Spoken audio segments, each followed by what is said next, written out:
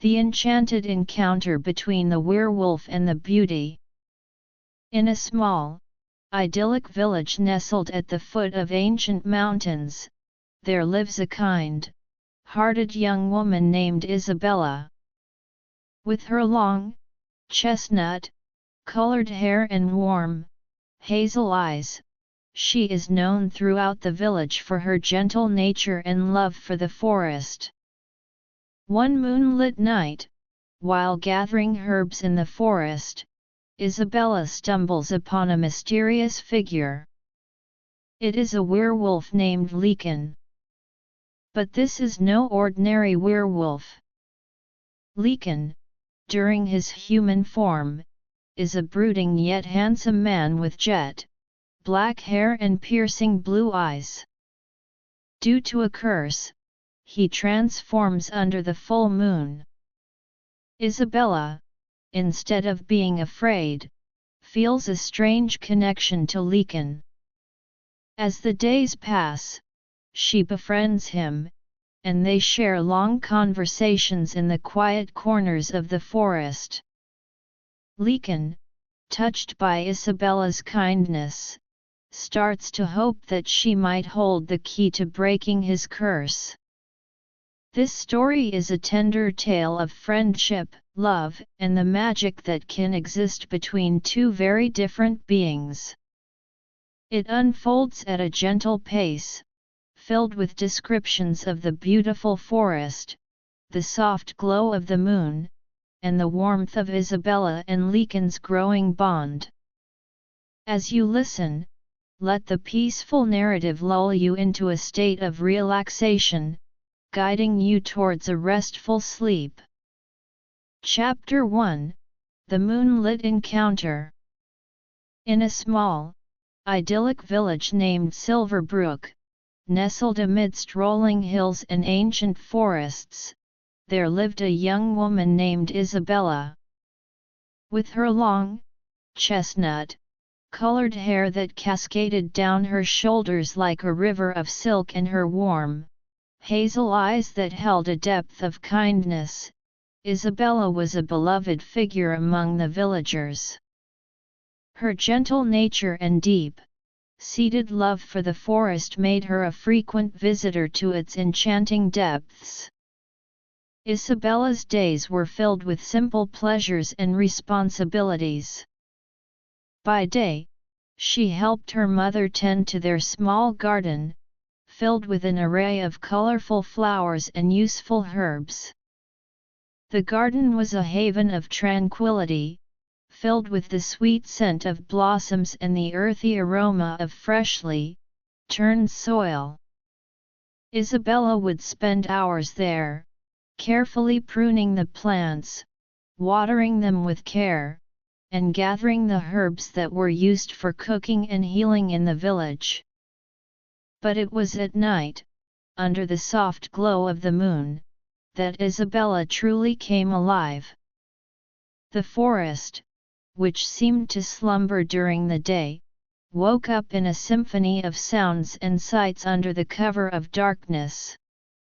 Isabella would often venture into the forest with a small, woven basket, seeking out rare herbs that only revealed themselves in the moonlight.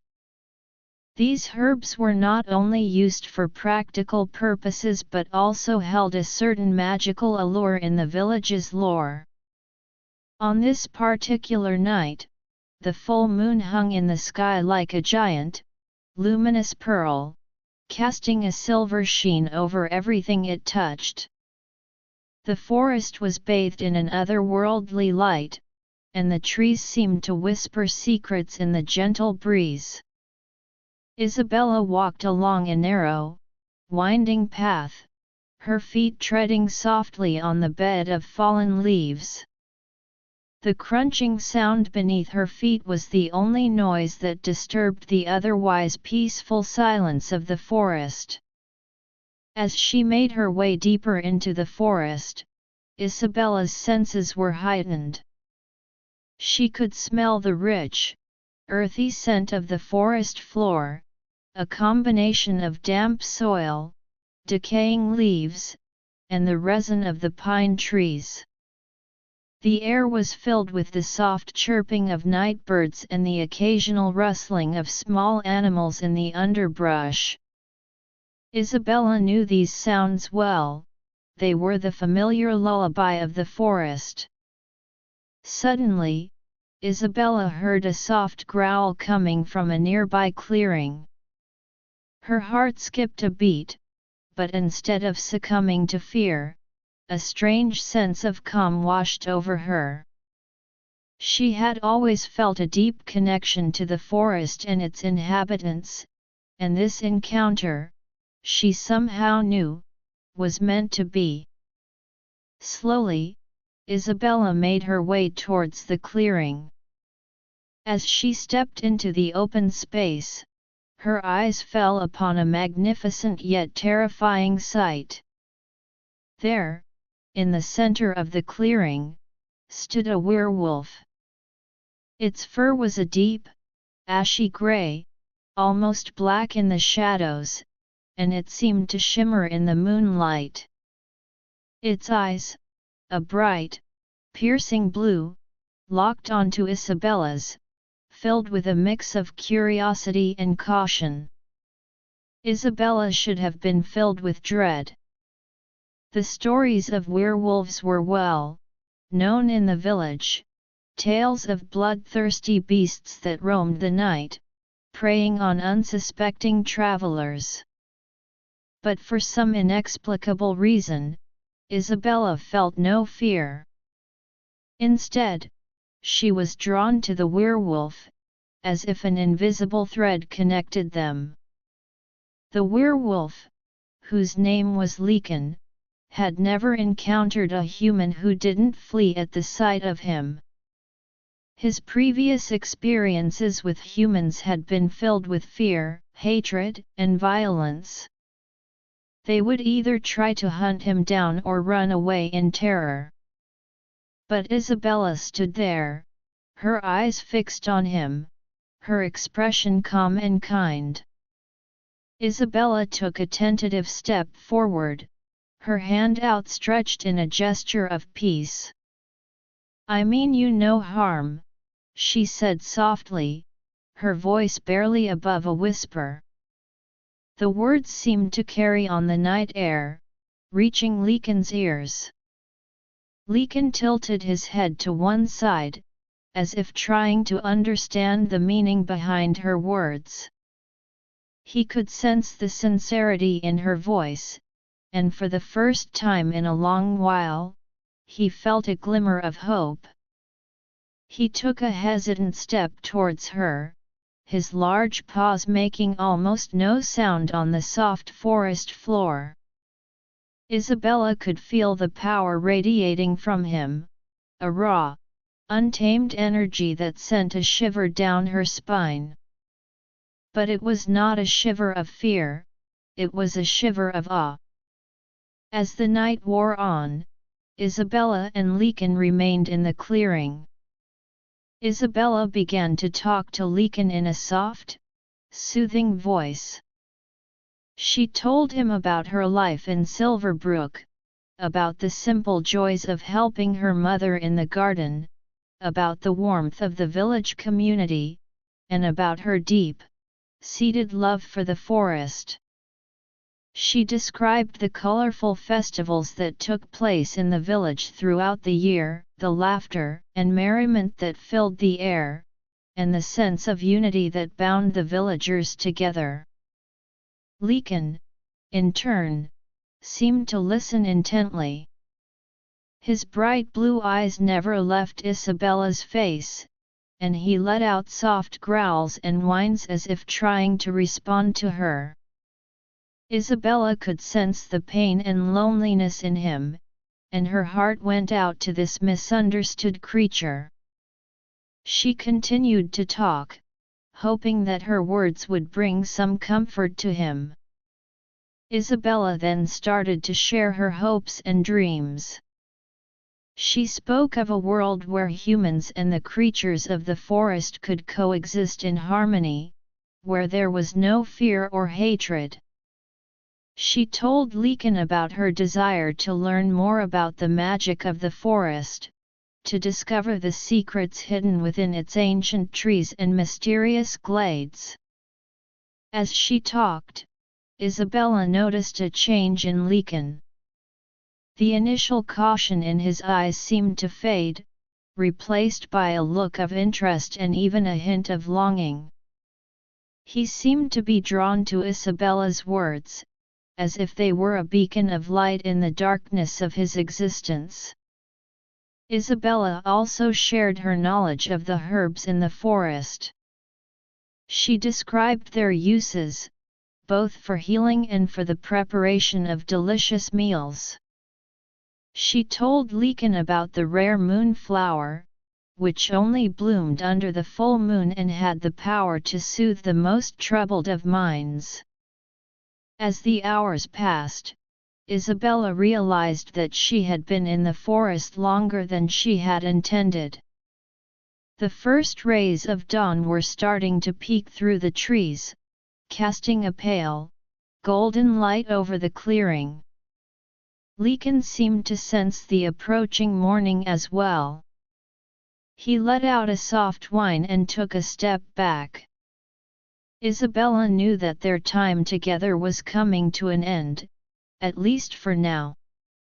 She looked at Lycan, a sadness in her eyes. "I hope I can see you again," she said. Lycan stared at her for a moment, as if trying to memorize her face. Then, with a final glance, he turned and disappeared into the forest, his large form melting into the shadows. Isabella watched him go, a strange feeling of emptiness in her heart. But at the same time, she felt a sense of excitement and anticipation. She knew that this moonlit meeting was the start of something new, something that would change her life forever. As Isabella made her way back to the village, she couldn't stop thinking about Lycan. She replayed their encounter in her mind, the way his eyes had looked at her, the soft growls and whines he had made. She was determined to see him again, to learn more about him, and to find a way to help him. When she reached the village, the sun was fully up, and the villagers were starting their daily routines. Isabella's mother, noticing the dreamy look on her daughter's face, asked her what had happened. Isabella, not ready to share the secret of her encounter with the werewolf just yet, simply smiled and said that she had had a wonderful night in the forest. Isabella spent the rest of the day going about her normal tasks, but her mind was constantly on Lycan. She wondered if he was thinking about her too. She hoped that he would be waiting for her in the forest that night, just as she would be waiting for him. As the day wore on, Isabella found herself looking forward to the night with a sense of excitement she had never felt before. She prepared her basket, gathering some of the herbs that she thought Lycan might be interested in. She also made a small, warm blanket, thinking that it might provide some comfort to the werewolf. Finally, night fell, and Isabella set off for the forest once again. The moon was not as full as the previous night, but it still provided enough light for her to find her way. As she walked along the familiar path, her heart raced with anticipation. When she reached the clearing, she saw Lycan sitting there, waiting for her. A smile spread across Isabella's face, and she rushed towards him. "Lycan," she said, her voice filled with joy.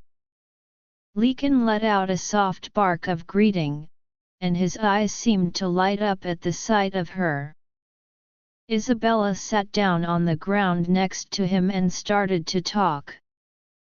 She told him about her day in the village, the small tasks she had completed, and the conversations she had had with the other villagers. As she talked, Isabella noticed that Lycan seemed more relaxed than the previous night. He lay down next to her, his head resting on his paws, and listened intently. Isabella then took out the herbs from her basket and showed them to Lycan. She explained their properties and how they could be used. Lycan sniffed the herbs curiously, and Isabella could tell that he was interested. She then took out the small blanket and placed it next to him. "This is for you," she said. "I thought it might keep you warm on cold nights." Lycan looked at the blanket, then at Isabella. He let out a soft growl, which Isabella took as a sign of gratitude. As the night went on, Isabella continued to talk to Lycan, sharing more of her stories and listening to his soft growls and whines in return. It was as if they had formed a unique bond, a connection that transcended the boundaries between human and werewolf. As the night drew to a close, Isabella knew that she had to go back to the village. She stood up and looked at Lycan. "I'll be back tomorrow night," she said. "I promise." Lycan watched her leave, his eyes following her until she disappeared from sight. Isabella walked back to the village with a light heart. She couldn't wait for the next night to come, to continue her conversations with Lycan, and to deepen their growing bond. Chapter 2: The Deepening Connection. The days and nights passed in a blur of anticipation and discovery for Isabella and Lycan. Each night, as the moon rose above the treetops, Isabella would make her way to their secluded clearing in the forest. Lycan would always be there, waiting for her, his blue eyes bright with eagerness. Isabella had become accustomed to the gentle rhythm of their meetings. She would bring with her small tokens, a freshly baked loaf of bread from her mother's oven, more herbs to show Lycan, or a book of stories from the village library. As she settled down beside Lycan, she would begin to share the events of her day. She told him about the new foal that had been born in the village stables, its wobbly legs and curious eyes, and how the children of the village had gathered around to watch it take its first steps. She described the latest gossip in the village, the small squabbles and the reconciliations, and the way the community always came together in the end. Lycan, in turn, seemed to open up more to Isabella. He would show her different parts of the forest that she had never seen before, places hidden from the eyes of most humans. There was a small, crystal, clear stream that flowed through a narrow gorge, its waters filled with colorful fish that darted in and out of the rocks. The sound of the water rushing over the stones was like a gentle symphony, and the air around it was filled with the sweet scent of wild flowers that grew along the banks. One night, as they sat by the stream, Isabella noticed a deep, seated sadness in Lycan's eyes. She reached out and gently stroked his fur, her touch soft and soothing. "Lycan, what's wrong?" she asked, her voice filled with concern. Lycan let out a long, mournful howl that echoed through the forest. Isabella knew that there was something he was trying to tell her, something that had been weighing heavily on his heart. She waited patiently, giving him the time he needed to find a way to communicate his feelings. After a while, Lycan began to nudge Isabella towards a particular direction. She followed him, and they walked for what seemed like ages, deeper and deeper into the forest. Finally, they came to a small, overgrown clearing. In the center of the clearing was a large, ancient oak tree. Its gnarled branches reached out like the arms of a giant, and its trunk was covered in strange, faded markings. Lycan sat down at the base of the tree and let out a series of soft growls. Isabella could sense that this place held great significance for him. She looked around, trying to understand what he was trying to convey. As she examined the markings on the tree, she realized that they were some form of ancient writing. Isabella had studied a bit of the old languages in the village, but these markings were like nothing she had ever seen before. She looked at Lycan. "What do these mean, Lycan?" she asked. Lycan let out a growl and pawed at the ground near the tree. Isabella bent down and started to dig. After a few minutes, she unearthed a small, leather-bound book. The cover was worn and faded, and the pages were brittle with age. Isabella carefully opened the book. The writing inside was in the same strange language as the markings on the tree. But as she stared at the pages, a strange thing happened. The words seemed to shift and change, and suddenly, she could understand them. The book was a diary of sorts, written by a powerful wizard who had lived in the forest centuries ago. It told the story of how Lycan had come to be cursed. Lycan, in his human form, had been a young man named Lucien, a kind-hearted and brave soul who had lived in a nearby village. One day, while exploring the forest, he had stumbled upon a dark sorcerer performing a forbidden ritual. In an attempt to stop the sorcerer, Lucien had interrupted the ritual. Enraged, the sorcerer had placed a curse on Lucien. He was transformed into a werewolf, doomed to roam the forest alone, only able to regain his human form during the day. The curse was so powerful that it not only affected Lucien but also any descendants he might have. Isabella looked at Lycan with a mix of sadness and determination. "Lycan, we have to find a way to break this curse," she said.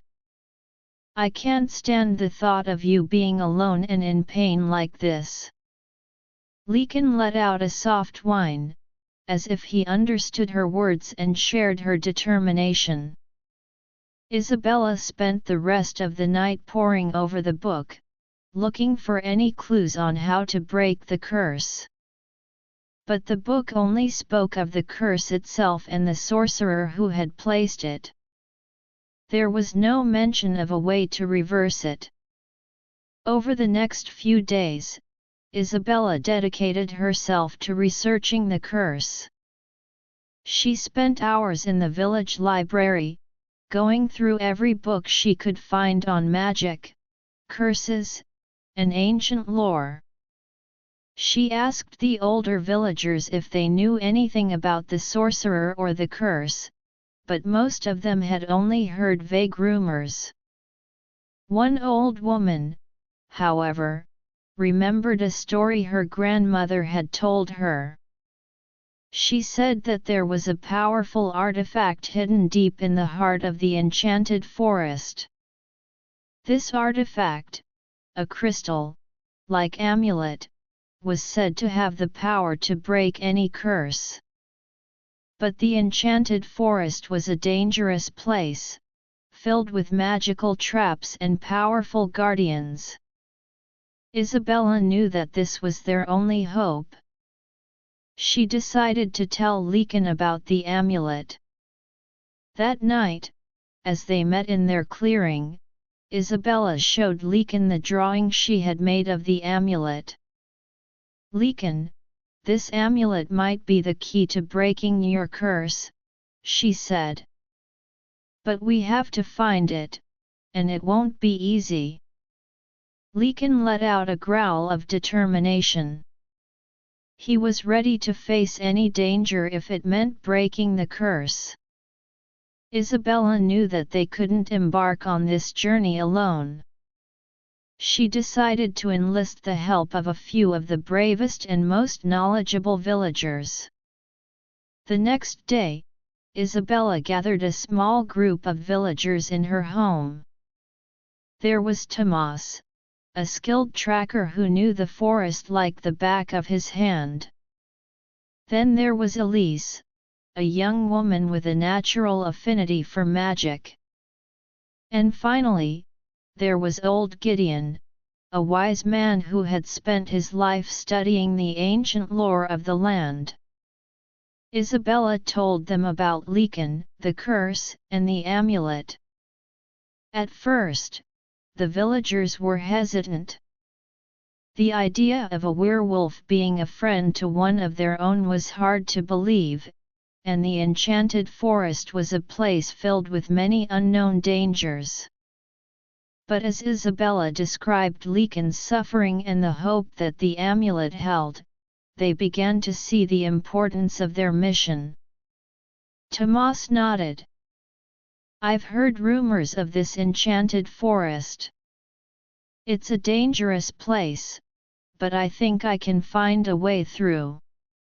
And if this amulet can break the curse, then it's worth the risk." Elise added, "I'll do my best to use my magic to protect us from any magical traps or guardians. But we have to be careful." Gideon stroked his long, white beard. "I've read about such amulets in the ancient texts. They are powerful, but they are also very difficult to obtain. We must be prepared for anything." With the villagers' agreement, Isabella felt a sense of hope. She knew that the journey ahead would be long and perilous, but with the help of her friends and Lycan, she was determined to find the amulet and break the curse.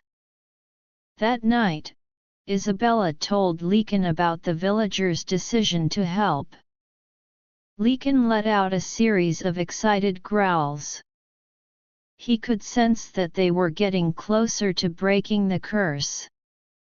Over the next few days, the group prepared for their journey. Tomas gathered his tracking equipment, Elise spent hours studying her magic books, and Gideon consulted ancient maps and texts for any clues about the location of the amulet. Isabella, in the meantime, continued to research the curse and the amulet, looking for any additional information that might help them on their quest. Finally, the day of the journey arrived. The group met at the edge of the forest at dawn. Lycan, in his werewolf form, joined them. The villagers were initially a bit nervous about having a werewolf with them, but Isabella's reassuring words put them at ease. As they entered the forest, the air seemed to change. The trees were taller and more ancient looking, and the sunlight filtered through the thick canopy in strange, dappled patterns. Tomas led the way, his eyes scanning the ground for any signs of the path that would lead them to the heart of the enchanted forest. After a few hours of walking, they came across a small, babbling brook. As they stopped to rest and drink some water, Elise suddenly felt a strange tingling sensation. "Be on your guard," she said. "I can sense that we're being watched." The group tensed up, their eyes scanning the surrounding trees. Lycan let out a low growl, his hackles raised. Just then, a small, winged creature emerged from behind a tree. It was about the size of a hummingbird, but its body was made of a strange, iridescent crystal.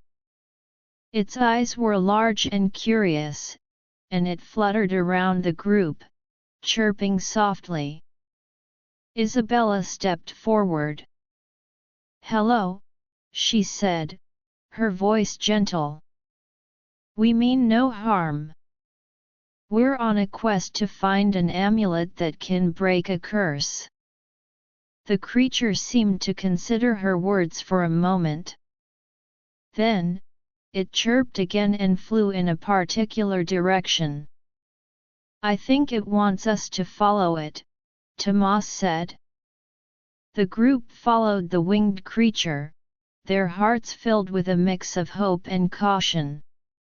As they walked, the forest seemed to come alive around them.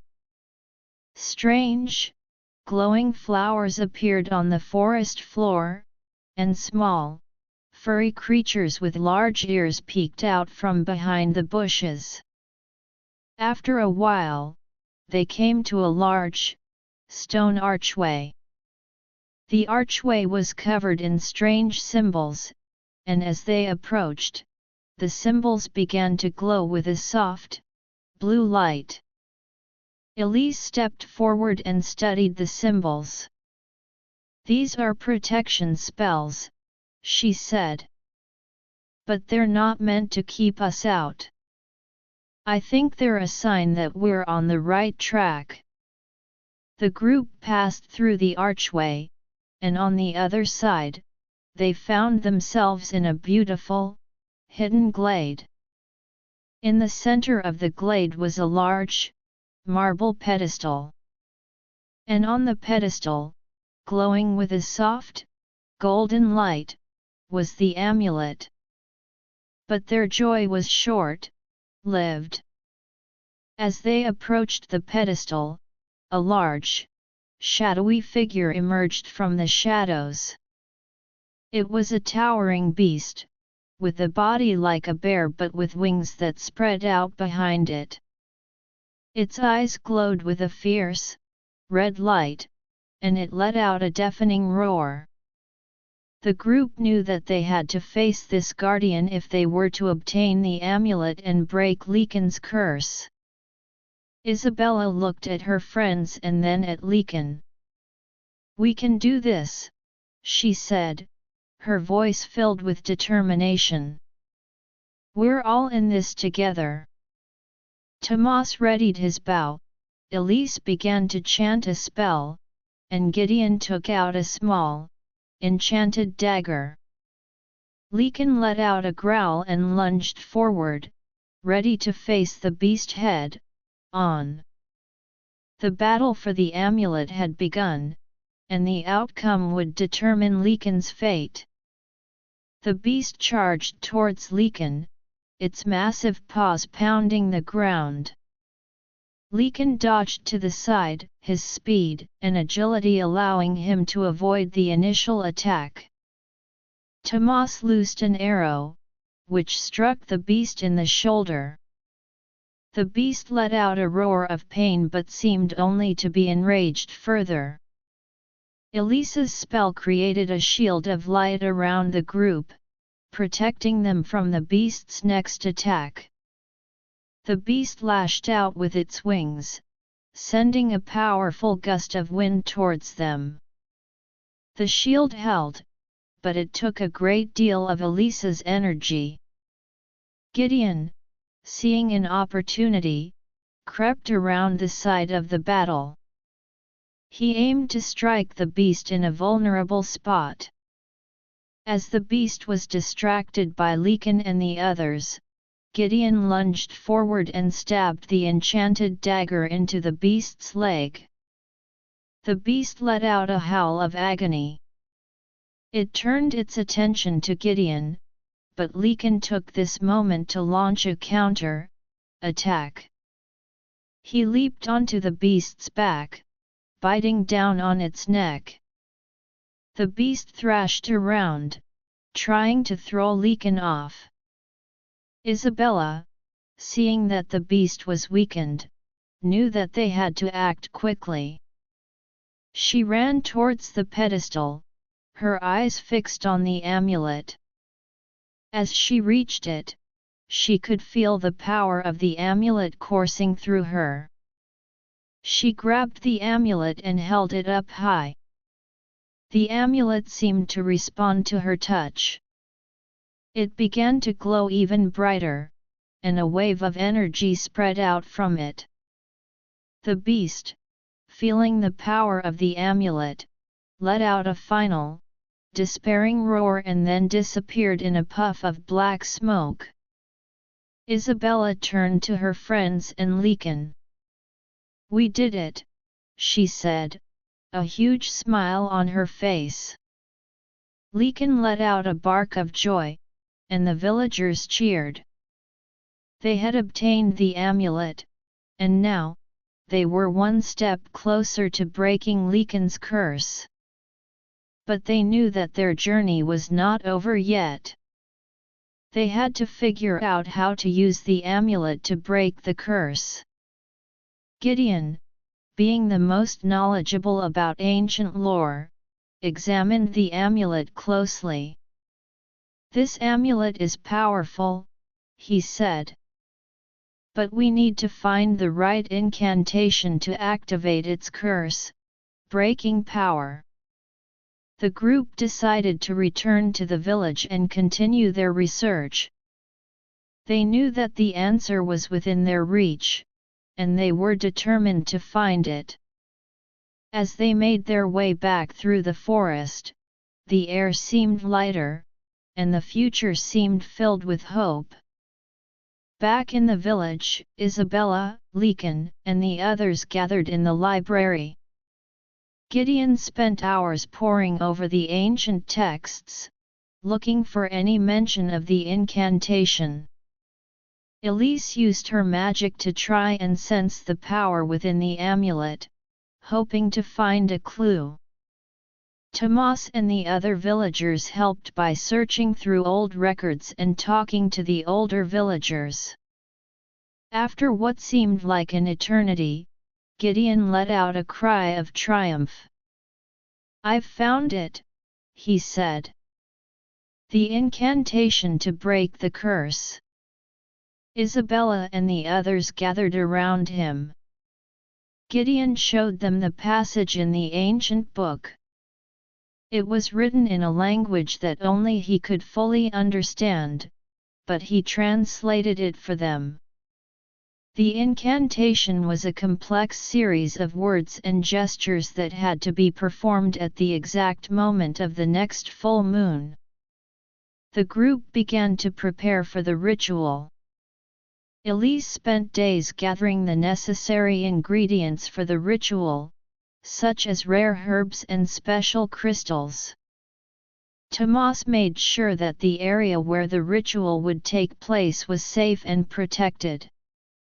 Isabella, in the meantime, stayed by Lycan's side, reassuring him that everything would be okay.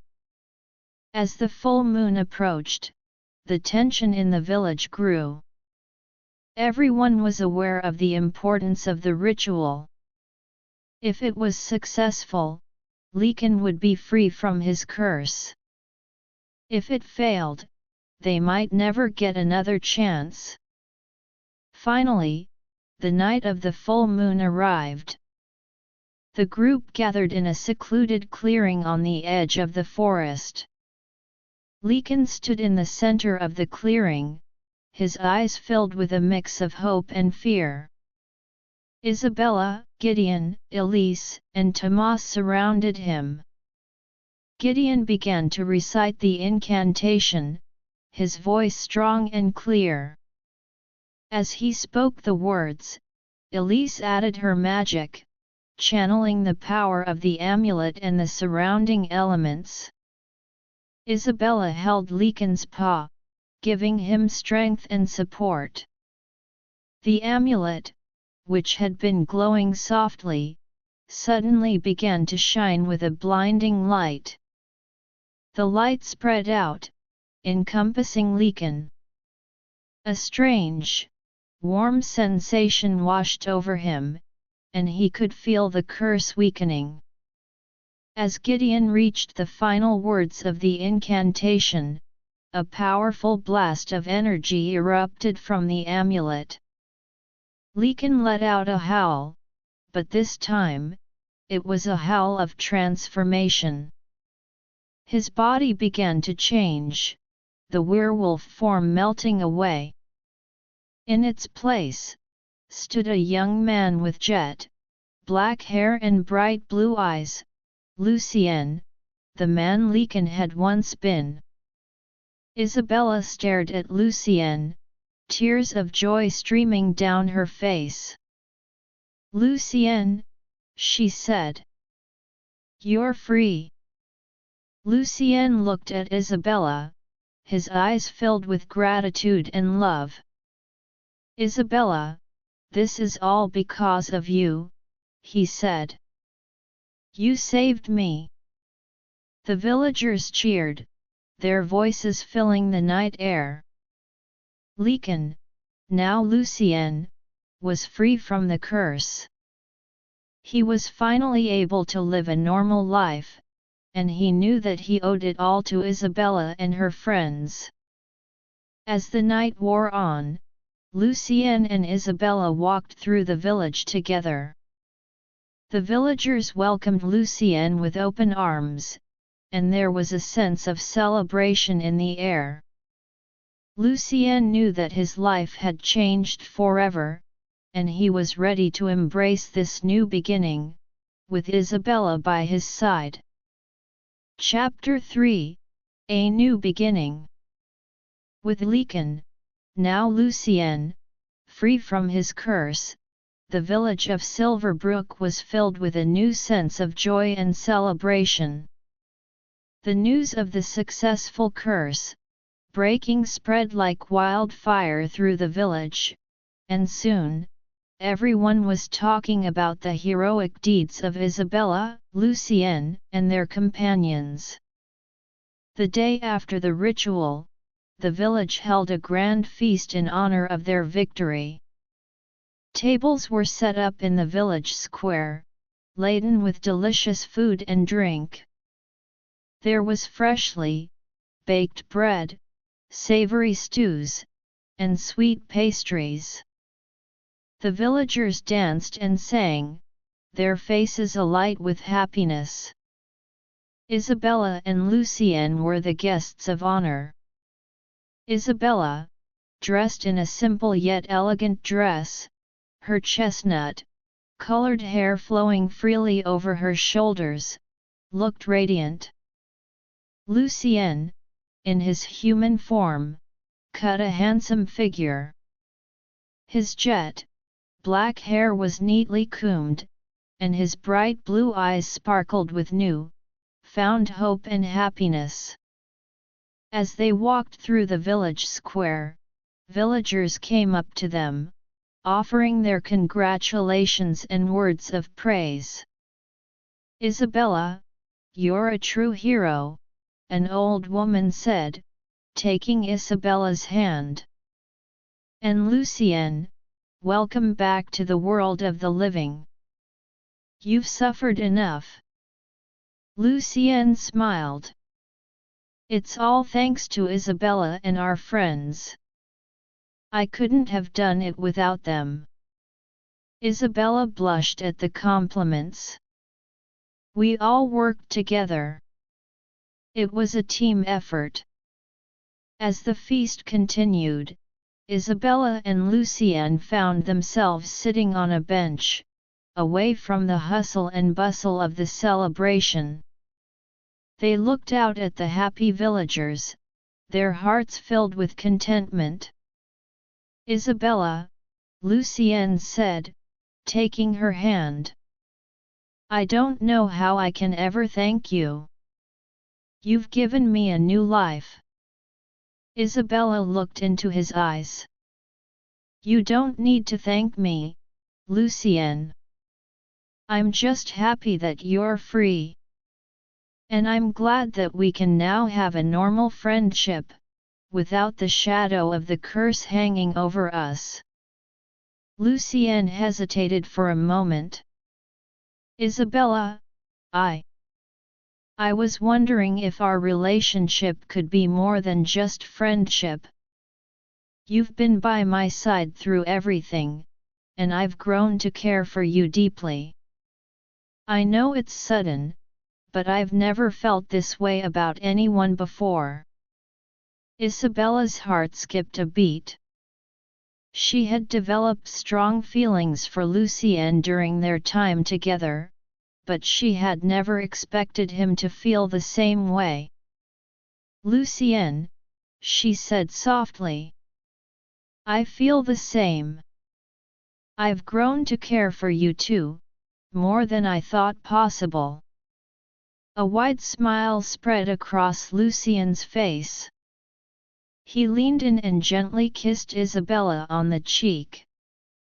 "Then, Isabella, will you be my partner? Will you share this new life with me?" Isabella nodded, tears of joy in her eyes. "Yes, Lucienne. I will." The two of them sat there for a while, holding hands, lost in their own world of happiness. They knew that their relationship was new, but they were excited to see where it would lead. Over the next few days, Lucienne began to adjust to his new life in the village. He helped the villagers with their daily tasks, using his strength and skills. He worked in the fields, plowing the land and planting crops. He also assisted the blacksmith, learning the art of forging weapons and tools. Isabella, in the meantime, continued her work in the garden and with the herbs. But she also spent a lot of time with Lucienne, showing him around the village and introducing him to the different aspects of village life. One day, as they were walking through the forest, Isabella noticed that Lucienne seemed a bit lost in thought. "What's wrong, Lucienne?" she asked. Lucienne sighed. "I was just thinking about my past, about the years I spent as a werewolf. I feel like I've missed out on so much. And I'm worried that I might not fit in here, even though everyone has been so kind to me." Isabella squeezed his hand. "Lucienne, you belong here. You've proven yourself to be a kind-hearted and brave person. And everyone in the village sees that. You've overcome so much, and you should be proud of yourself." Lucienne nodded. "You're right, Isabella. I just need some time to adjust. And having you by my side makes it all easier." As the weeks passed, Lucienne became an integral part of the village community.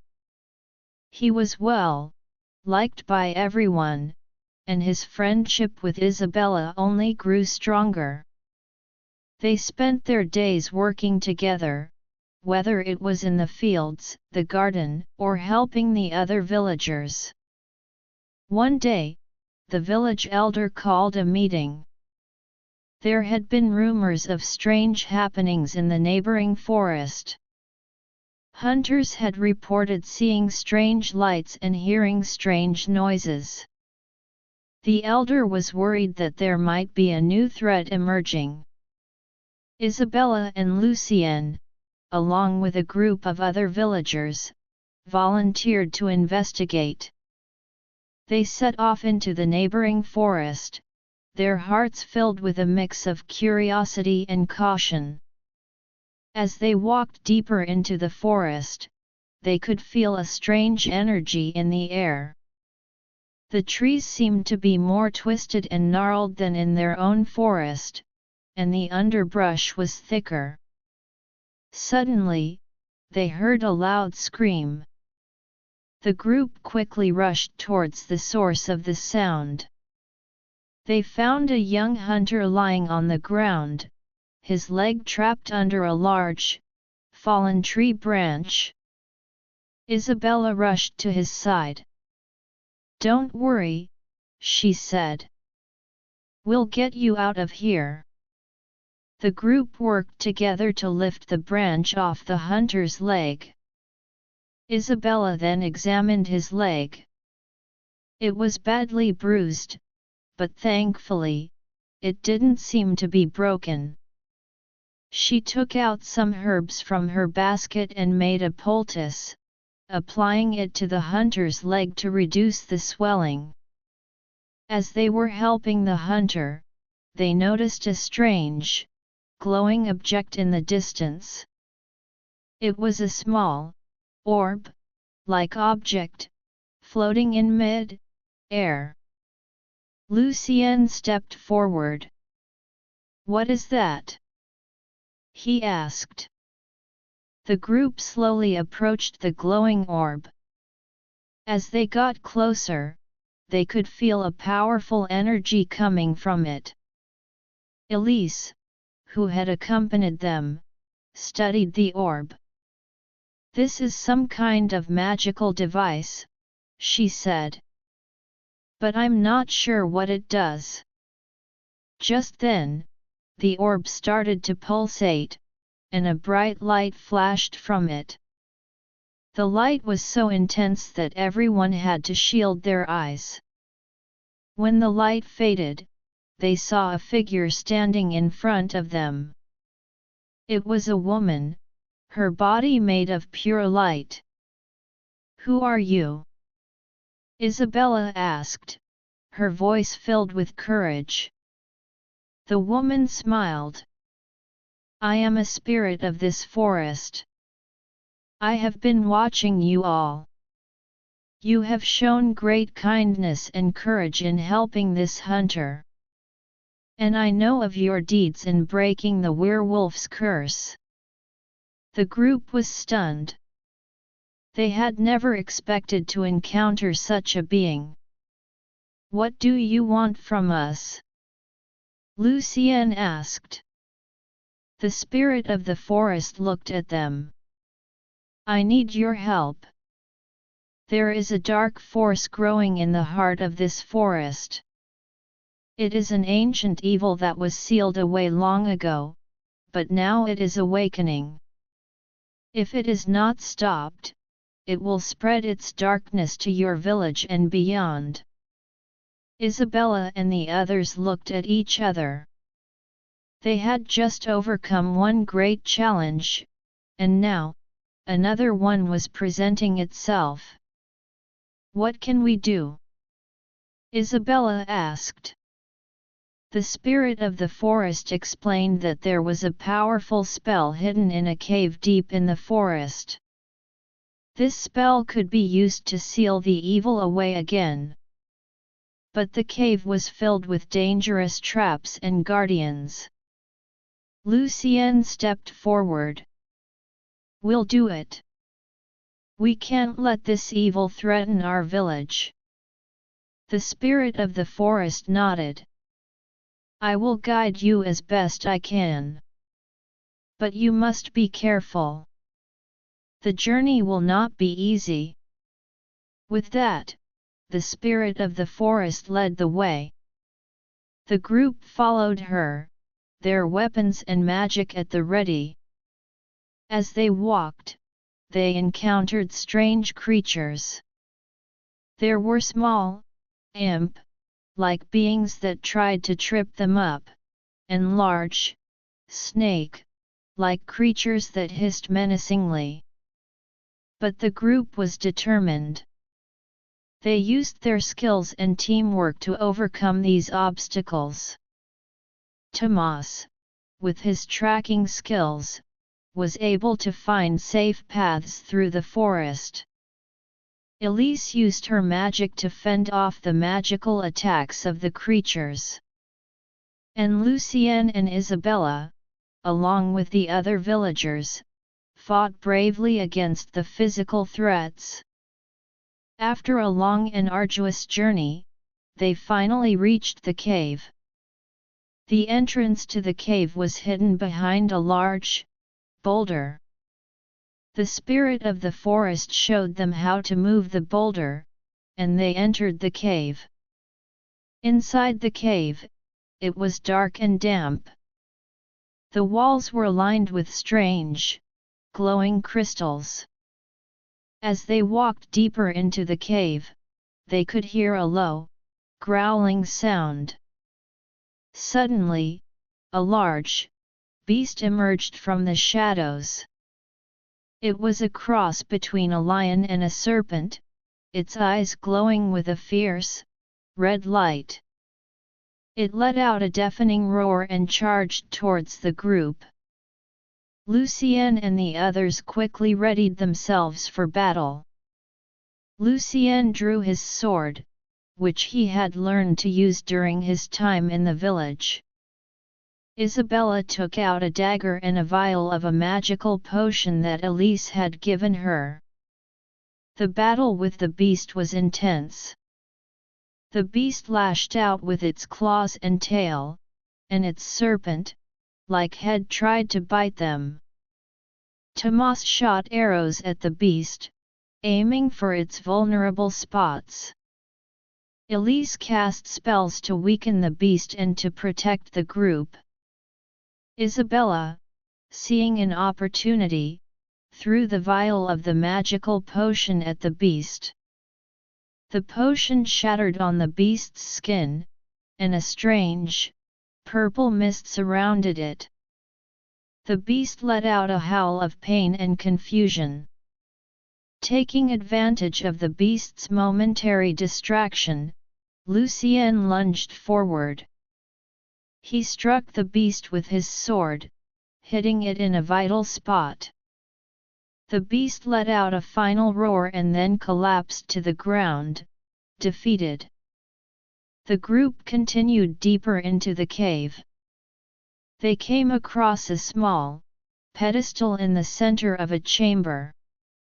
On the pedestal was a scroll, glowing with a soft, white light. This, they knew, was the spell they had come for. Lucien picked up the scroll. As he did, he could feel the power of the spell coursing through him. But they knew that their task was not yet complete. They had to find the source of the dark force and use the spell to seal it away. The spirit of the forest led them to a large, dark pit at the end of the cave. The pit was filled with a swirling mass of dark energy. The spirit of the forest said, "This is the source of the evil. You must use the spell to seal it away." Lucien unrolled the scroll and began to read the incantation. As he spoke the words, the others joined in, adding their energy and support. The spell began to take effect, and a bright, white light shot from the scroll, enveloping the dark pit. The dark energy fought back, trying to break free from the spell. But the combined power of the group and the spell was too much for it. Slowly, the dark energy was forced back into the pit, and a large, stone slab rose from the ground, sealing the pit shut. The spirit of the forest smiled. "You have done it. You have saved this forest and your village from the darkness. Thank you." Isabella and the others let out a sigh of relief. They had once again overcome a great challenge. As they made their way out of the cave and back to the village, they were hailed as heroes. The villagers were overjoyed to hear of their victory. There was another celebration in the village, and Isabella and Lycan were once again at the center of it. Their bond as a couple and as heroes had grown even stronger. As the days passed, Isabella and Lycan continued to live their lives in the village. They helped the village thrive, and their love story became an inspiration to all. And whenever there was a new challenge, they were always ready to face it together, knowing that as long as they had each other and the support of their community, they could overcome anything. One day, as they were walking through the forest, Lycan stopped and turned to Isabella. "Isabella," he said, "I've been thinking. I want to build a life with you, a real life. I want to build us a home, right here in this forest, where we can be close to nature and to the village." Isabella's eyes filled with tears of happiness. "I would love that, Lycan. It sounds perfect."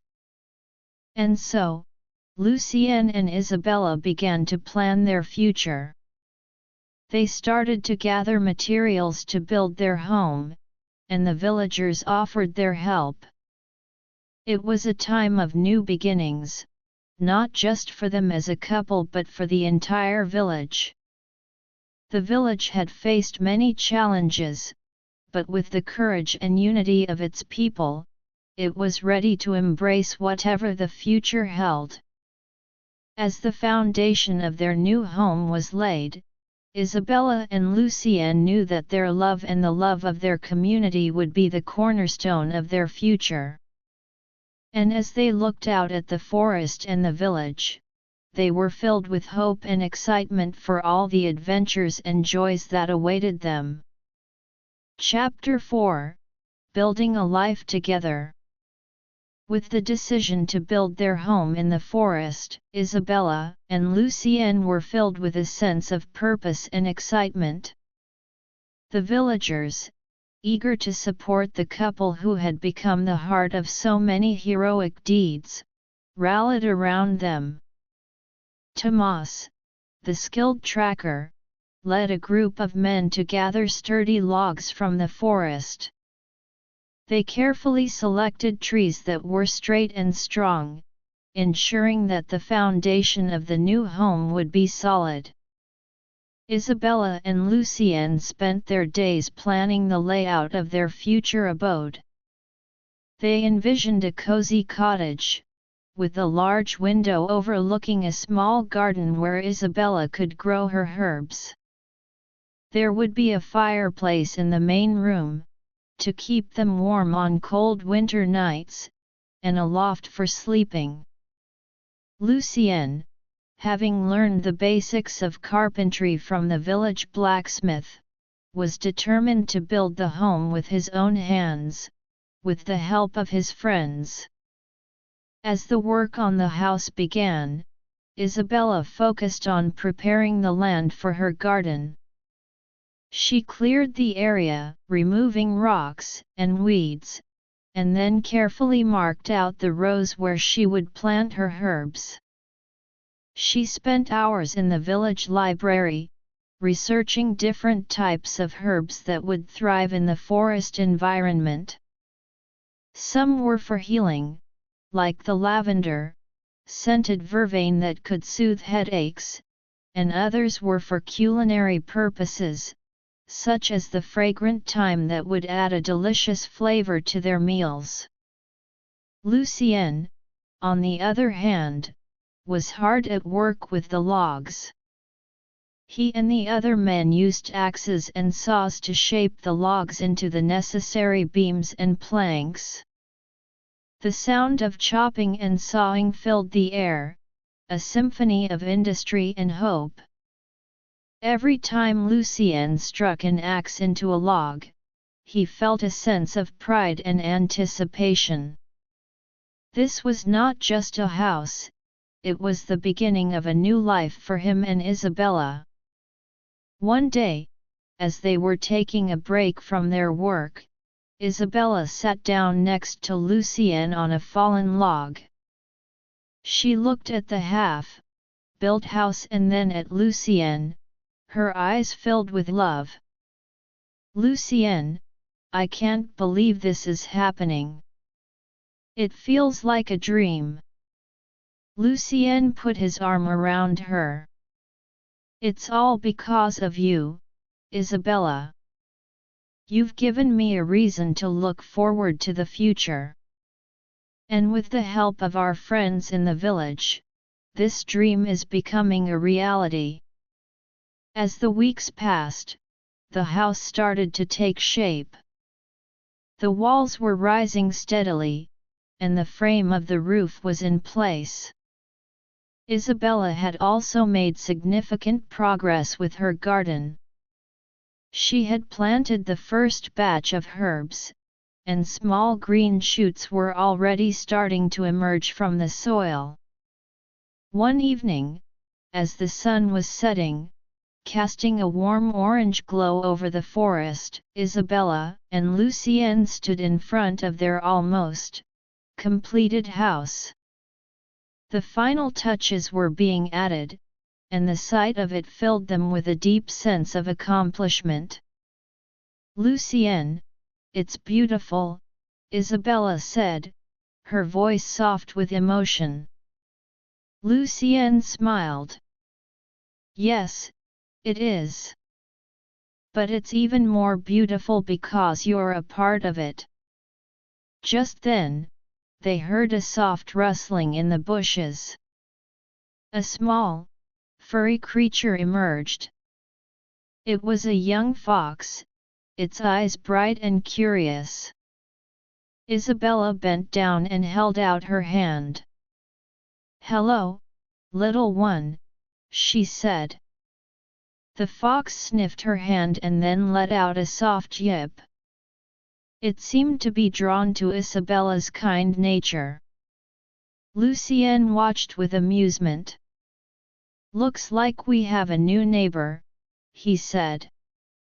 Isabella laughed. "Maybe he'll keep us company. I've always loved the animals in the forest." As they were getting to know their new furry friend, they heard the sound of approaching footsteps. It was a group of villagers, led by the village elder. They were carrying a large, hand-carved door as a gift for Isabella and Lycan. The elder smiled as he approached. "Isabella, Lycan, we've brought you a little something to complete your home. This door was made with love and care by the villagers. It's our way of showing our appreciation for all that you've done for the village." Isabella and Lycan were touched. "Thank you so much," Isabella said, tears of gratitude in her eyes. The villagers helped to install the door, and with that, the house was officially complete. Isabella and Lycan invited everyone inside for a small celebration. They lit the fireplace, and the warmth and light filled the room. There was bread, cheese, and wine, and the sound of laughter and conversation filled the air. As the night went on, Isabella and Lycan looked around at their friends and the home they had built together. They knew that their life in the forest was just beginning, and they were excited to see what the future held. Over the next few days, Isabella and Lycan settled into their new home. Isabella spent her days tending to her garden, while Lycan explored the forest, looking for new ways to contribute to the village. He found a small stream not far from their house, and he realized that it could be used to create a small irrigation system for Isabella's garden. He spent several days building a series of channels and dams to direct the water to the garden. Isabella was overjoyed when she saw what he had done. The herbs in the garden thrived, and soon, Isabella had a bountiful harvest. She used the herbs to make healing potions, which she shared with the villagers. Some of the potions were used to treat common ailments like coughs and fevers, while others were for more serious injuries. Her reputation as a healer grew, and villagers from neighboring settlements started to come to her for help. Lycan, in the meantime, had become a skilled hunter. He would go into the forest early in the morning and return with game, which he would share with the village. He also taught the younger boys in the village how to hunt safely and respectfully, passing on the skills he had learned during his time as a werewolf. One day, a young girl from the village came to Isabella in tears. Her pet rabbit had gone missing, and she was heartbroken. Isabella and Lycan decided to help. They followed the rabbit's tracks into the forest, with the young girl trailing behind them. After a long search, they found the rabbit caught in a thicket of thorns. Isabella carefully freed the rabbit, and the young girl was overjoyed. "Thank you, Isabella, Lycan," she said, hugging the rabbit close. As they were walking back to the village, Isabella had an idea. "Lycan, we should start a small school in the village. There are so many children who could benefit from learning about the forest, healing, and other important things." Lycan thought it was a wonderful idea. "Yes, Isabella. We could teach them everything we know, from tracking and hunting to the uses of herbs. It would be a way to give back to the village." They discussed the idea with the village elder, who was very supportive. He offered a small building in the village for them to use as a school. Isabella and Lycan started to plan the curriculum, and soon, the school was up and running. The children of the village were eager to learn. Every morning, they would gather at the school, their eyes bright with curiosity. Isabella taught them about the different herbs in the forest, how to identify them, and their uses. Lycan taught them basic survival skills, like how to build a shelter and start a fire. One day, as Isabella was teaching the children about the healing properties of chamomile, a strange visitor arrived in the village. It was an old man, his face lined with wisdom, and he was dressed in a long, flowing robe. He had heard about Isabella and Lycan's heroic deeds and their new school. The old man introduced himself as Alistair. "I've traveled far and wide," he said. "And I've heard many stories about you too. I'm a master of ancient lore, and I would like to offer my help at your school." Isabella and Lycan were delighted. Alistair's knowledge would be a great asset to the school. He started to teach the children about the history of the land, the magic that once thrived in the forest, and the importance of respecting nature. With Alistair's help, the school grew. More children from neighboring villages started to attend, and the knowledge and skills they learned spread throughout the region. Isabella and Lycan were proud of what they had accomplished. Their home in the forest had become a place of learning, growth, and community. As the seasons changed, Isabella and Lycan's life in the forest continued to be filled with joy and purpose. They watched as the children they taught grew and flourished, and they knew that they were making a difference. Their love for each other and for the village was the driving force behind everything they did. One winter, a great snowstorm hit the village. The snow piled up high, and the villagers were worried about food and supplies.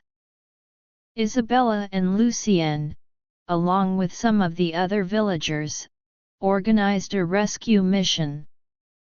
They braved the snow, covered paths to check on the elderly and the sick, making sure they had enough food and warmth. Lycan used his strength to clear the snow from the paths, while Isabella distributed the supplies they had gathered. The villagers worked together, and soon, everyone was safe and warm. This event only strengthened the bond between Isabella, Lycan, and the village. As the years passed, Isabella and Lycan's love grew deeper. They had many happy memories in their forest home, and their family grew as well. They had a son, whom they named Aiden, after a hero in one of the village's old stories. Aiden grew up surrounded by the love of his parents, the knowledge of the forest, and the warmth of the village community. Isabella and Lycan continued to be an inspiration to the village. Their story was told and retold, a tale of love, courage, and the power of community. And as they watched their son and the other children of the village grow, they knew that the legacy they had built would continue for generations to come. The forest, once a place of mystery and danger, had become a place of hope, learning, and a shared future. One sunny day, as Isabella, Lycan, and Aiden were walking through the forest, Aiden looked up at his parents. "Mom, Dad, will you tell me the story of how you met and broke the curse again?" he asked. Isabella and Lycan smiled at each other. "Of course, Aiden," Isabella said. And as they sat down on a log, Isabella began to tell the story, a story that would be passed down through the ages, a story of love, friendship, and the magic that can happen when people come together. Chapter 5: The Next Generation's Challenge. As Aiden grew older, he was deeply influenced by his parents' stories of heroism, love, and the importance of community. His bright eyes, a perfect blend of Isabella's hazel and Lycan's blue, sparkled with curiosity and a thirst for adventure. He spent his days exploring the forest around their home, learning every nook and cranny, just as his father had done before him. Aiden was particularly fascinated by the magic that seemed to permeate the forest. He would often sit at his mother's feet as she taught the village children about the properties of herbs, listening intently to her tales of how magic could be harnessed from the natural world. From his father, he learned the art of tracking, hunting, and survival, skills that were not only useful in the forest but also a testament to the strength and resilience of their community. One day, while Aiden was exploring a part of the forest he hadn't visited before, he came across a strange, glowing plant. Its petals were a deep, iridescent purple, and it seemed to pulsate with a soft, otherworldly light. Aiden had never seen anything like it before. He knew he should probably run back and tell his parents, but his curiosity got the better of him. As he reached out to touch the plant, a sudden gust of wind blew through the forest. The leaves on the trees rustled loudly, and Aiden could sense that something was wrong. Just then, a dark figure emerged from the shadows. It was a man, but his face was hidden beneath a large, black hood. His eyes glowed with a malevolent red light, and he carried a staff that seemed to be made of pure shadow. "Who are you?" Aiden asked, trying to sound brave, but his voice betrayed a hint of fear. The dark figure let out a low, menacing laugh. "A curious little boy, aren't you? You shouldn't have come here. This plant is the key to my power, and now that you've seen it, you'll have to be dealt with." Aiden took a step back. He knew he was in trouble, but he remembered his father's teachings. He had to stay calm and think. "What do you want with this plant?" "It's a part of the forest, and the forest is our home." The dark figure sneered. "Your home? This forest will soon be mine. This plant has the power to awaken an ancient evil that has been slumbering for centuries. Once it is awake, nothing will be able to stop me from taking over this land and all the villages around it." Aiden's heart sank. He had to find a way to stop this man. Without thinking, he quickly grabbed a nearby branch and swung it at the dark figure. The man easily dodged the attack and struck Aiden with a blast of dark magic from his staff. Aiden was sent flying through the air and landed with a thud. But Aiden was not one to give up easily. He got up, his determination stronger than ever. He knew he had to get back to the village and warn his parents and the others. With a final glance at the dark figure, he turned and ran as fast as he could. The dark figure watched him go, a cruel smile on his face. "Run, little boy. But you won't be able to stop me." Aiden raced through the forest, his heart pounding in his chest. When he finally reached the village, he rushed to find his parents. Isabella and Lycan were in the school, teaching the children. Aiden burst into the room, out of breath. "Mom, Dad, there's a bad man in the forest. He has a strange plant, and he wants to awaken an ancient evil. He said he's going to take over the land." Isabella and Lycan's faces grew serious. They knew they had to act quickly. Lycan immediately called a meeting of the village council. The council members, along with the bravest villagers, gathered in the town square. Lycan addressed the group. "We've faced many challenges before, and we've overcome them. Now, a new threat has emerged. A dark figure in the forest is trying to awaken an ancient evil using a strange plant. We need to work together to stop him."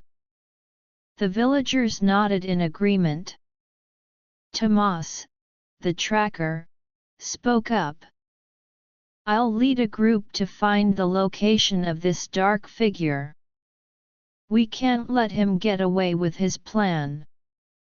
Elise, the mage, added, "I'll use my magic to strengthen our defenses and help us in the fight. But we need to be careful. This dark figure seems powerful. Isabella, as the healer, said, I'll prepare healing potions for the injured. We'll need them in case of a battle. The village quickly mobilized. Tomas led a group of trackers into the forest to find the dark figure. Elise started to cast protective spells around the village, while Isabella and the other healers worked feverishly to prepare potions. Lucien, along with a group of warriors, readied their weapons and waited for news from Tomas. Aiden, though still shaken from his encounter, wanted to help. Dad, I want to come with you. I can show you where I saw the dark figure. Lucien looked at his son, proud of his courage. Aiden, I know you're brave, but this is a dangerous mission. I need you to stay here and help your mother. Protect the village and the other children. Aiden nodded reluctantly. He knew his father was right, but he felt a pang of disappointment. He watched as the group of warriors set off into the forest, hoping that they would be able to stop the dark figure before it was too late. Tomas and his group of trackers followed Aiden's directions and soon found the area where Aiden had encountered the dark figure. The strange, glowing plant was still there, but the dark figure was nowhere to be seen. Tomas examined the ground. He couldn't have gone far. His tracks lead in this direction. The group followed the tracks deeper into the forest. After a while, they came across a small, hidden cave. The entrance to the cave was covered with strange symbols that seemed to pulse with a dark energy. Tomas signaled for the group to be quiet. This is probably where the dark figure is hiding. We need to be careful. Those symbols look like some kind of dark magic. Elise stepped forward. She studied the symbols for a moment and then began to chant a counter-spell. The symbols on the cave entrance started to fade, and the dark energy seemed to weaken. With the way clear, the group entered the cave. Inside, it was dark and damp. The sound of dripping water echoed through the cave, and a cold chill filled the air. As they walked deeper, they could see a faint, red light in the distance. Suddenly, a group of dark, shadowy creatures emerged from the shadows. They were small, about the size of a child, but their eyes glowed with a fierce light. They let out high-pitched screeches and charged towards the group. The warriors drew their swords, and the trackers readied their bows. Elise cast a spell of light, which illuminated the cave and seemed to weaken the shadowy creatures. The battle was intense, but the villagers fought bravely. One of the warriors, a young man named Garth, was surrounded by several of the shadowy creatures. Just as one of the creatures was about to strike him, Tomas shot an arrow, hitting the creature and knocking it back. "Thanks, Tomas," Garth shouted as he continued to fight. The group managed to defeat the shadowy creatures, but they knew that this was just the beginning. They pressed on towards the red light. As they got closer, they could see the dark figure standing in the center of a large, circular chamber.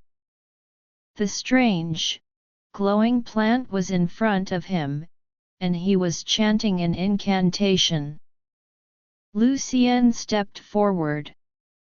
Stop this madness! You can't awaken this ancient evil. The dark figure looked up, a sneer on his face. You're too late. The awakening has already begun. Soon, the ancient evil will be free, and you and your village will be destroyed. With that, the dark figure launched a blast of dark magic towards the group. Lycan and the warriors quickly raised their shields, but the force of the magic was strong. Elise countered with a powerful spell of her own, creating a barrier that absorbed some of the dark magic. The battle between the villagers and the dark figure raged on. The dark figure was powerful, but the villagers had the advantage of numbers and their unwavering determination to protect their home. As the fight continued, Aiden, who had disobeyed his father's orders, followed the group into the forest. He hid behind a large rock near the cave entrance, watching the battle. He saw his father and the others struggling against the dark figure, and he knew he had to do something. Aiden remembered his mother's teachings about the power of nature. He looked around and noticed a small stream nearby. He closed his eyes and focused, trying to channel the energy of the water. He had never done anything like this before, but he knew he had to try. Slowly, Aiden felt a strange energy coursing through him. He opened his eyes, and to his surprise, the water from the stream started to rise. He directed the water towards the cave, and it rushed inside, hitting the dark figure. The dark figure was caught off guard. The water disrupted his concentration, and the incantation he was chanting was broken. Lycan and the others took this opportunity to launch a counter-attack. Lycan charged forward, his sword raised. He struck the dark figure, and the man let out a scream of pain. The other warriors joined in, and together, they managed to subdue the dark figure. But they knew that they were not out of danger yet. The strange, glowing plant was still pulsating with energy, and the ancient evil was on the verge of being awakened. Elise rushed to the plant. She studied it for a moment and then began to chant a powerful spell. The spell was designed to seal the power of the plant and prevent the awakening of the ancient evil. As Elise chanted, the plant started to lose its glow. The energy that had been building up around it began to dissipate. After what seemed like an eternity, the plant finally stopped pulsating, and the danger was averted. The villagers let out a sigh of relief. They had done it. They had stopped the dark figure and prevented the awakening of the ancient evil. Lycan turned to Aiden, who had emerged from his hiding place. Aiden, you disobeyed me, but your quick thinking saved us. I'm proud of you, son. Aiden smiled. I just wanted to help, Dad. The group of villagers, along with the captured dark figure, made their way back to the village. The villagers cheered as they saw their heroes returning. Isabella, who had been waiting anxiously, rushed to embrace Lycan and Aiden. The dark figure was imprisoned in the village jail, and the council decided what to do with him. Meanwhile, the village celebrated their victory. There was a feast in the town square, and the story of Aiden's bravery and the villagers' unity was told and retold. As the night fell, Isabella, Lycan, and Aiden sat in front of their home, looking out at the forest. "We've faced another challenge, and we've overcome it," Isabella said. Lycan nodded. "Yes, and it's all because of our community and the love we have for each other. Our home, the forest, and the village are safe for now." Aiden looked at his parents. "I want to be like you too when I grow up. I want to protect our home and help the village." Isabella and Lycan smiled. "We know you will, Aiden. You're already on your way," Lycan said. And as they sat there, enjoying the peace of the night, they knew that there might be more challenges in the future, but as long as they had each other and the support of their community, they could face anything. The forest, their home, and the village would continue to thrive, and the legacy of heroism and love would be passed down for generations to come. In the days that followed, the village went back to its normal routine. Aiden was hailed as a hero among the children, and he continued to learn from his parents and the other villagers. He spent more time studying magic with Elise, learning how to control the power of nature. One day, as Aiden was practicing his magic in the forest, he noticed a small, white-haired fox watching him. The fox had a strange, intelligent look in its eyes. Aiden had seen the fox before, but this time, it seemed to want his attention. The fox let out a soft yip and then turned and ran deeper into the forest. Aiden, curious, followed it. The fox led him to a small, hidden clearing. In the center of the clearing was a large, ancient tree. Its trunk was covered in strange symbols, and a soft, golden light seemed to emanate from it. Aiden approached the tree, his heart filled with wonder. As he got closer, he could feel a powerful energy. The symbols on the tree seemed to be calling out to him, as if they held a secret that only he could unlock. Just then, his parents, who had been looking for him, arrived at the clearing. "Aiden, what are you doing here?" Isabella asked. Aiden turned to them. "Mom, Dad, look at this tree. It's amazing. The fox led me here."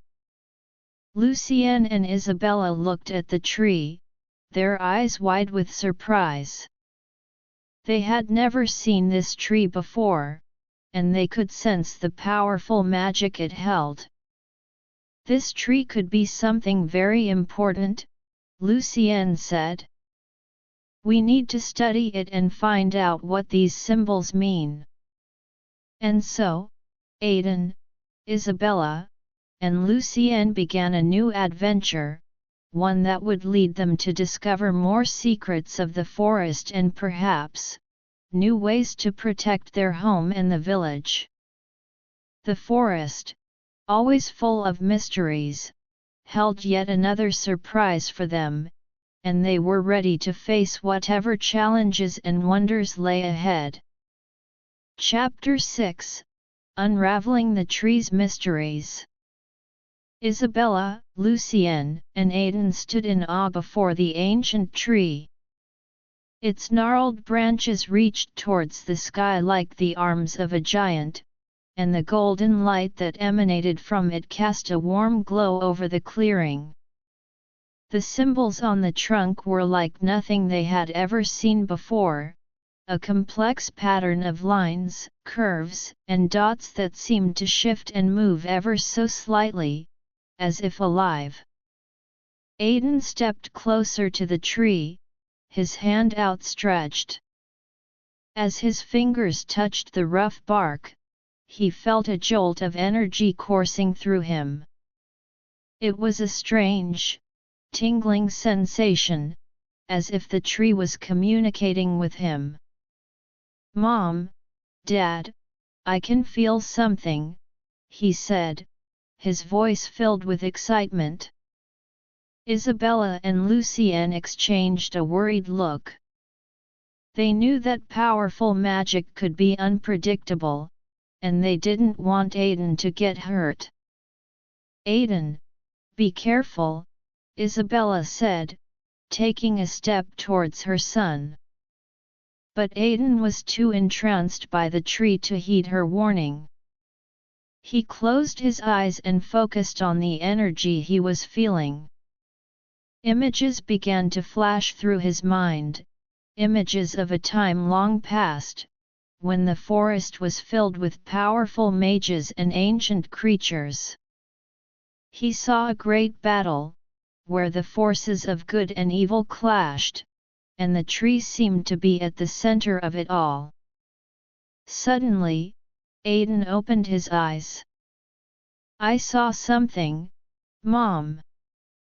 The tree was there in a big battle. "It seems like it has a really important story to tell." Lycan nodded. "We need to find out more about this tree. It could hold the key to many things, maybe even more protection for our village." The three of them decided to spend the rest of the day studying the tree. Isabella took out a small notebook and began to sketch the symbols, while Lycan examined the base of the tree for any signs of what it might be. Aiden continued to touch the tree, trying to see if he could get more images or insights.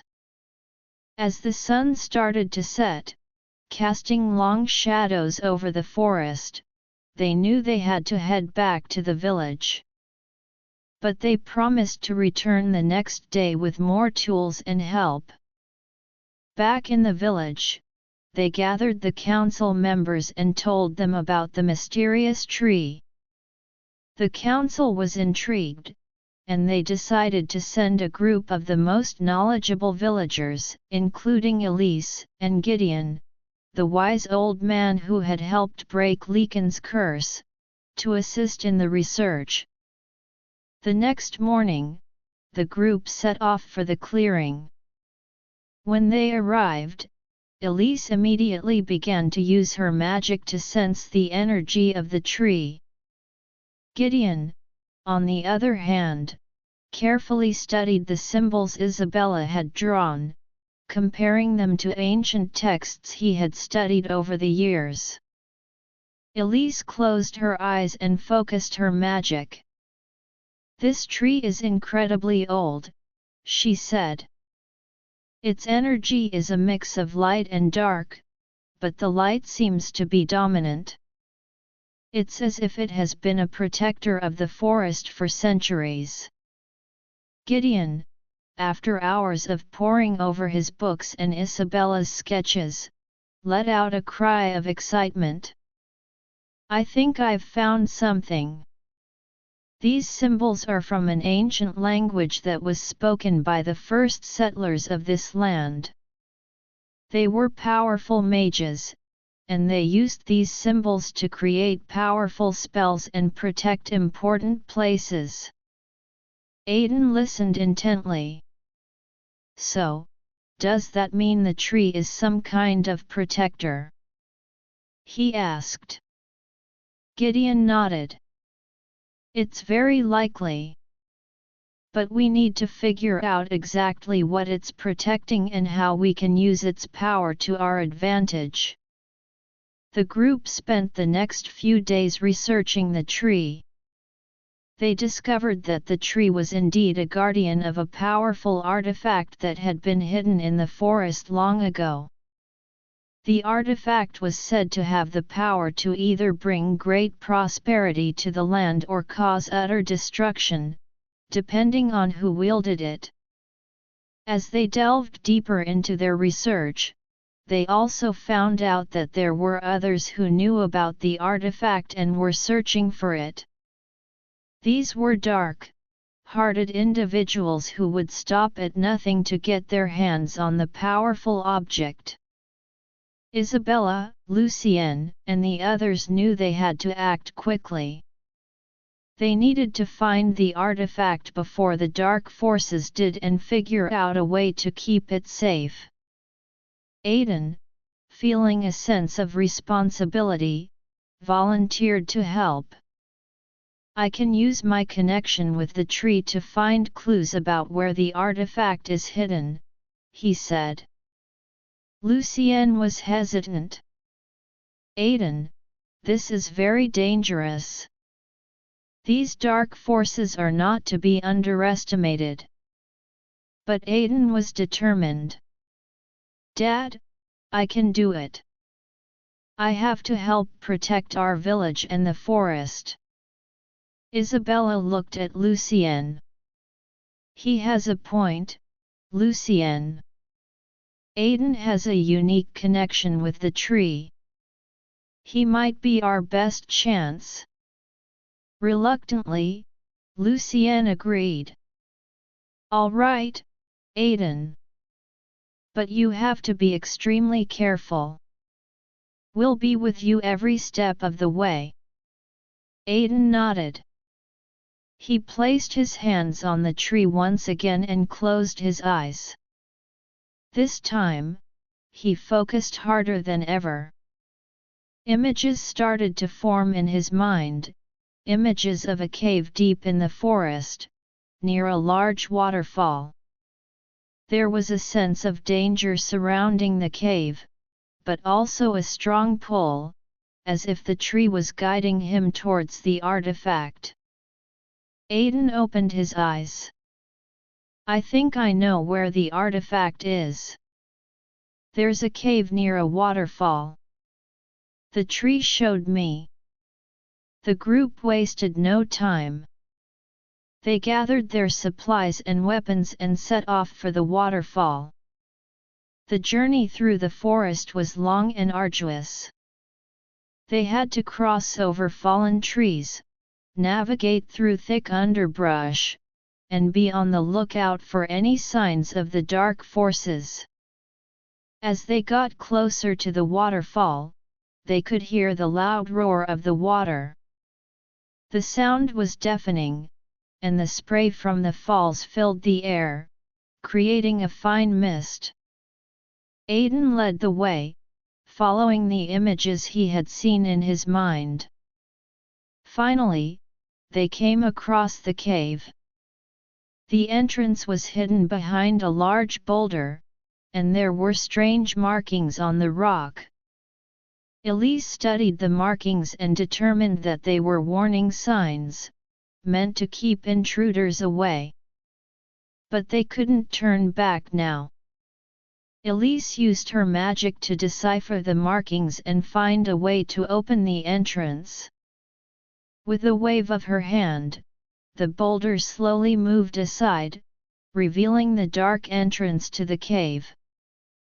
The group entered the cave cautiously. Inside, it was pitch black. Lycan took out a torch and lit it, casting a flickering light over the cave walls. The walls were lined with strange carvings, depicting scenes of battles and magic.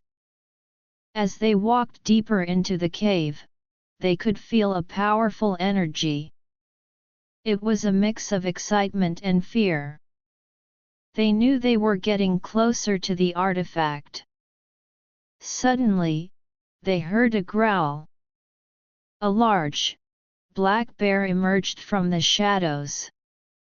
Its eyes glowed with a fierce light, and it let out a deafening roar. The bear was clearly a guardian of the cave. Lycan stepped forward, his sword drawn.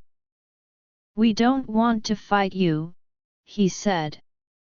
"We're here to protect the artifact from those who would use it for evil."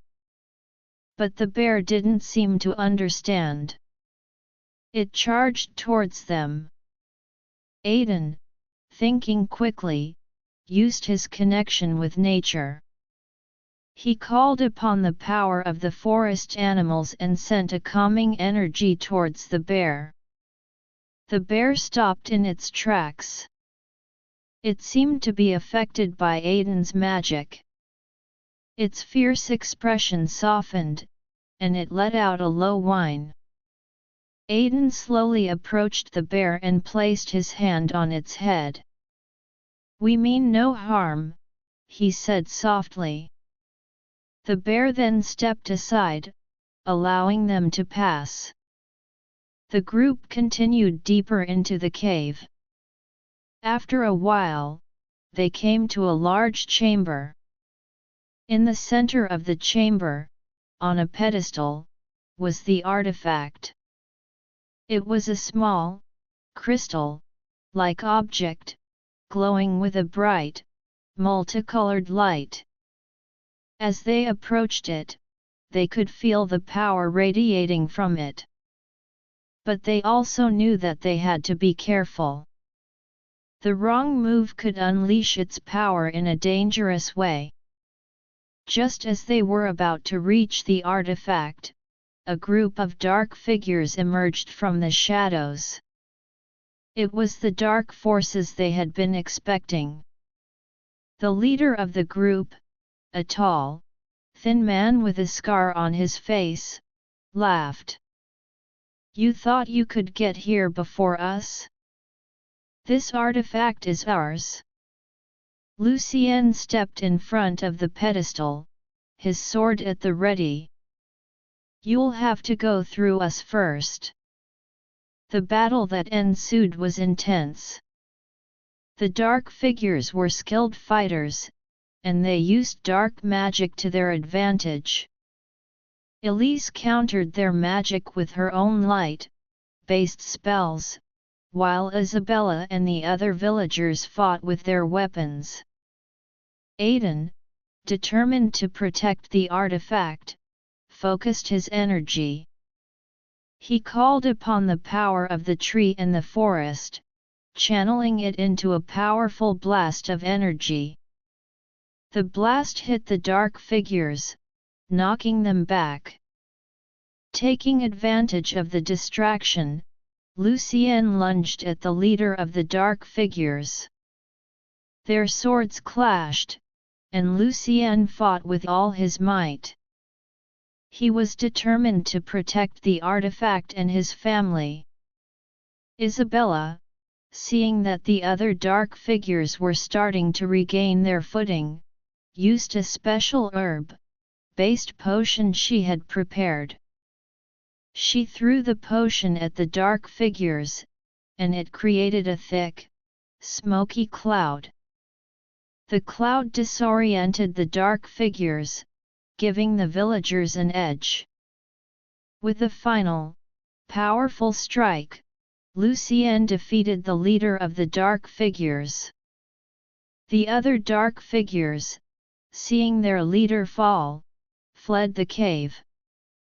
The group let out a sigh of relief. They had done it. They had protected the artifact.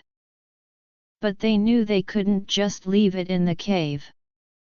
They had to find a way to keep it safe. Gideon stepped forward. "I think I know how to seal the power of the artifact and keep it hidden in the village. But we need to act quickly." The group agreed. They carefully removed the artifact from the pedestal and made their way out of the cave. The bear, now calm, watched them leave. Back in the village, Gideon used his knowledge of ancient magic to seal the artifact in a special vault. The vault was hidden deep beneath the village council building, protected by a series of powerful spells. The village celebrated their victory. Once again, they had come together to face a great threat and had overcome it. Aiden was hailed as a hero once more, and his connection with the forest and his bravery were an inspiration to everyone. As the days passed, Aiden continued to learn from the tree. He discovered new ways to use his connection with nature, and his magic grew stronger. Isabella and Lucien were proud of their son, and they knew that he would continue to protect the village and the forest in the future. One day, as Aiden was sitting by the tree, the white-haired fox that had led him to the tree appeared again. The fox looked at him with its intelligent eyes and then ran off into the forest. Aiden, curious, followed it. The fox led him to a small glade. In the glade, there were several small, glowing mushrooms. Aiden had never seen such mushrooms before. As he bent down to examine them, he heard a soft voice. "Welcome, young one," the voice said. Aiden looked around but couldn't see anyone. "Who's there?" he asked. The voice laughed. "I'm the spirit of the forest. I've been watching you. You've shown great courage and respect for the forest. These mushrooms are a gift. They can enhance your magic and help you in your future adventures." Aiden was stunned. He thanked the spirit of the forest and carefully collected the mushrooms. As he made his way back to the village, he knew that his adventures in the forest were far from over. There were still many mysteries to uncover, and he was ready to face whatever challenges came his way, with the support of his family and the village. Back in the village, Aiden shared the mushrooms with Elise. She studied them and found a way to use them in a special potion. The potion, when drunk, gave Aiden a new, found strength and enhanced his magical abilities. With his new, found power, Aiden continued to explore the forest, always on the lookout for new threats and wonders.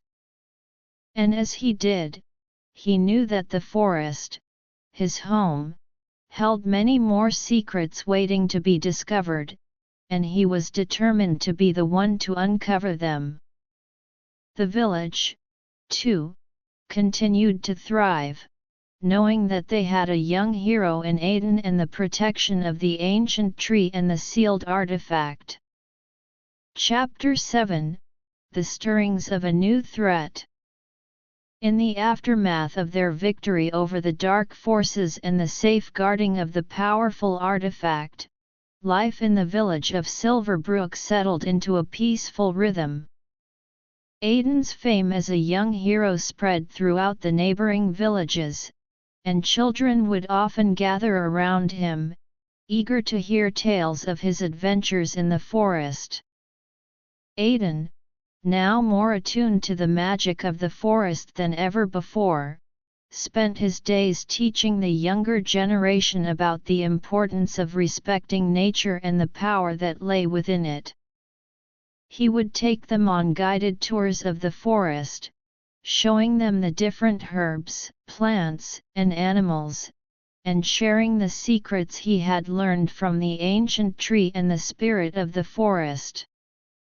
One sunny morning, as Aiden was leading a group of children on one of his forest expeditions, he noticed a strange change in the air. The birds, which usually filled the forest with their cheerful songs, were silent. The leaves on the trees seemed to droop, and a faint, uneasy feeling settled over him. Aiden stopped the group. "Children, stay close to me. I think something is not right."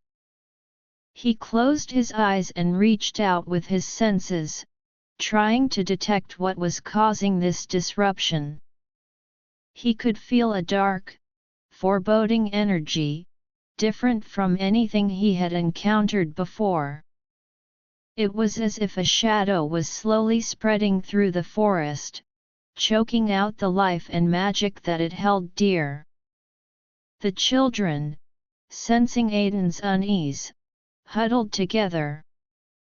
A young girl named Lily looked up at Aiden with wide, frightened eyes. "What's wrong, Aiden? Is there a bad person in the forest again?"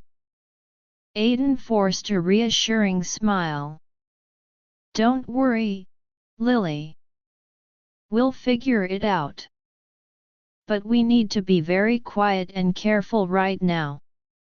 He led the children back towards the village, his mind racing. As soon as they reached the village, Aiden rushed to find his parents. Isabella and Lucien were in the garden, discussing plans for the upcoming harvest. "Dad, Mom, I felt something strange in the forest. It was like a dark energy, and it made everything feel wrong," Aiden said, his voice filled with concern. Isabella and Lucien's expressions grew serious.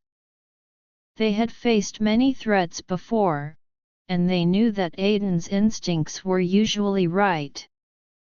"We need to gather the council and the others," Lucien said. "We can't ignore this." The village council was quickly assembled, and Aiden explained what he had felt in the forest. The council members listened intently, their faces grim. Gideon, stroking his long, white beard, spoke first. "This could be a very serious matter. The forest has always been a place of balance between light and dark magic. If this dark energy is growing, it could disrupt that balance and pose a great threat to the village and the entire region." Elise nodded in agreement. "I've been sensing some unusual magical fluctuations in the air lately, but I didn't realize it could be this serious. We need to find out what's causing this dark energy and stop it before it's too late." The council decided to send out a scouting party, led by Tomas, to investigate the source of the dark energy. Aiden, of course, volunteered to go with them. "I can use my connection with the forest to sense the energy better. I might be able to lead us straight to the source." Lucien was hesitant. "Aiden, this is a dangerous mission. But I know you're determined, and your skills could be very useful. Just promise me you'll be careful." Aiden nodded. "I promise, Dad." The scouting party set off into the forest. Tomas, with his sharp tracking skills, led the way, while Aiden focused on detecting the dark energy. As they walked deeper into the forest, the air grew colder, and the sense of unease increased. Suddenly, Aiden stopped. "The energy is getting stronger. It's coming from that direction," he said, pointing towards a thick, overgrown part of the forest that they had never explored before. Tomas signaled for the group to be cautious. They drew their weapons and moved forward slowly. As they pushed through the dense underbrush, they came across a large, black, colored rock. The rock was pulsating with a dark, malevolent energy, and strange, shadowy tendrils seemed to be spreading out from it into the surrounding forest. "What is this thing?" One of the scouts asked, his voice filled with fear. Aiden stepped closer to the rock, his hand outstretched. As he got near, he could feel the dark energy trying to push him back. But he refused to be deterred. He closed his eyes and focused his own energy, using the power of the forest and the connection he had with the ancient tree to counteract the dark force. Slowly, Aiden opened his eyes. I think this rock is some kind of dark magic focal point. It's spreading the dark energy through the forest. But I don't know who or what put it here. Tomas examined the area around the rock. There are no tracks or signs of who might have placed it. But we can't just leave it here. It's clearly causing a lot of damage to the forest. The group decided to try and remove the rock. They tied ropes around it and tried to pull it out of the ground, but it wouldn't budge. It was as if the rock was rooted in the earth by some powerful magic. Aiden knew they needed more help. We should go back to the village and get Elise. Her magic might be able to break whatever spell is holding this rock in place. The scouting party made their way back to the village and informed the council of their discovery. Elise immediately agreed to accompany them back to the rock. When they reached the rock, Elise studied it carefully. She could feel the powerful dark magic emanating from it. This is a very complex spell. It will take all of my power to break it. Elise began to chant a powerful spell, her hands glowing with a bright, white light. The light from her hands hit the rock, and for a moment, it seemed as if the dark energy was being pushed back. But then, the rock let out a loud, ear-splitting screech, and the dark energy fought back even stronger. Elise was pushed back by the force of the dark energy. Aiden rushed to her side. Elise, are you okay? Elise nodded, her face pale. I'm fine, but this spell is much stronger than I thought. We need to find a way to weaken the dark magic before I can break the spell holding the rock. Aiden thought for a moment. What if we use the power of the ancient tree? It has a strong connection to the forest and might be able to counteract this dark energy. Elise's eyes lit up. That might work, Aiden. But we'll need to be careful. We don't want to overtax the tree's power. The group made their way back to the ancient tree. Aiden placed his hands on the tree and closed his eyes. He reached out with his mind, communicating with the tree, asking for its help. The tree seemed to respond. A soft, golden light began to glow from its trunk, and a warm energy spread through the forest. Aiden could feel the tree's power coursing through him, and he knew it was lending its strength to their cause. With the power of the ancient tree flowing through him, Aiden led the group back to the rock. Elise, once again, began to chant her spell. This time, with the added power of the ancient tree, the white light from her hands was much stronger. The dark energy from the rock fought back, but the combined power of Elise's magic and the ancient tree was too much for it. The shadowy tendrils started to recede, and the rock began to tremble. With a final, powerful blast of light, Elise broke the spell holding the rock. The rock let out a final, dying screech and then crumbled to dust. The dark energy that had been spreading through the forest dissipated, and the forest seemed to come back to life. The birds started to sing again, and the leaves on the trees perked up. The group let out a cheer of victory. They had managed to remove the source of the dark energy, but they knew that this was not the end.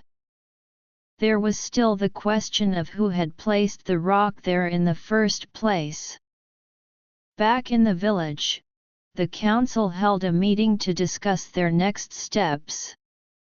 "We can't just assume that this was a one-time thing," Lycan said.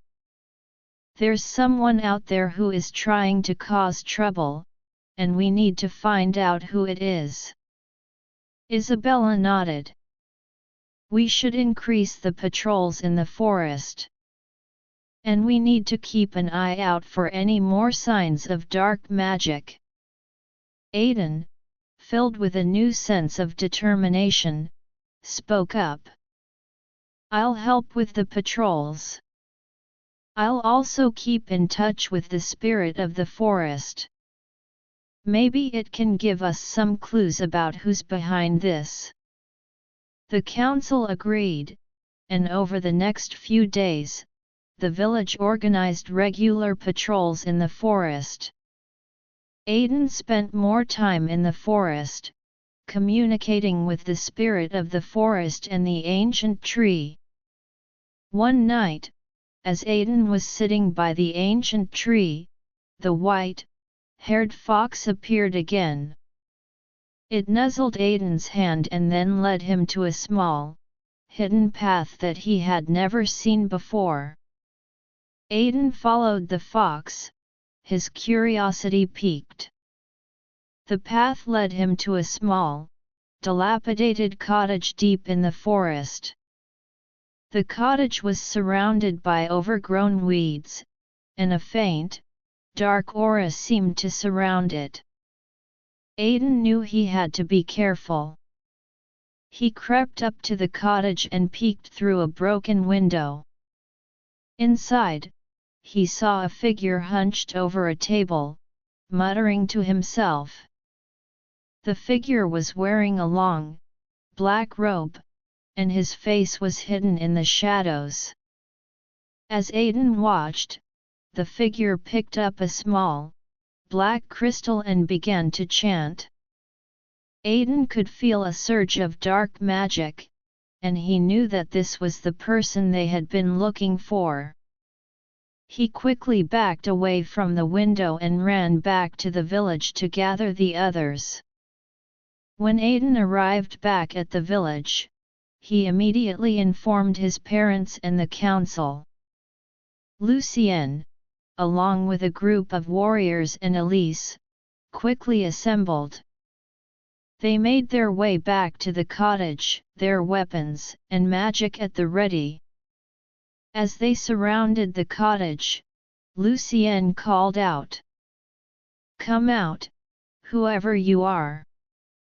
We know what you've been doing, and we won't let you get away with it." The door of the cottage creaked open, and the figure in the black robe stepped out. His face was finally revealed. It was an old man with a gaunt face and cold, grey eyes. "So, you think you can stop me?" the old man sneered. "You're just a bunch of meddling villagers. You have no idea what you're getting into." Lycan stepped forward. "We know you've been spreading dark magic in the forest. And we're not going to let you harm our home." The old man laughed. "Your home? This forest and the villages around it are mine for the taking. I've been waiting for the right moment to unleash my power, and you've just made it easier for me." With that, the old man raised the black crystal in his hand and launched a blast of dark magic towards the group. Elise quickly cast a shield spell, protecting the group from the attack. The battle between the villagers and the old man began. The old man was a powerful dark mage, and his magic was strong. But the villagers were determined to protect their home. Aiden, using the power of the ancient tree and the forest, sent a wave of energy towards the old man. The old man was caught off guard, and the energy disrupted his concentration. Lycan and the warriors charged forward, their swords drawn. The old man countered with more dark magic, but the villagers fought bravely. Elise, in the meantime, was looking for an opportunity to break the old man's hold on the black crystal. As the battle raged on, Aiden noticed that the old man seemed to be drawing power from the crystal. He knew that if they could destroy the crystal, they might be able to defeat the old man. Aiden focused all of his energy and sent a powerful blast of light towards the crystal.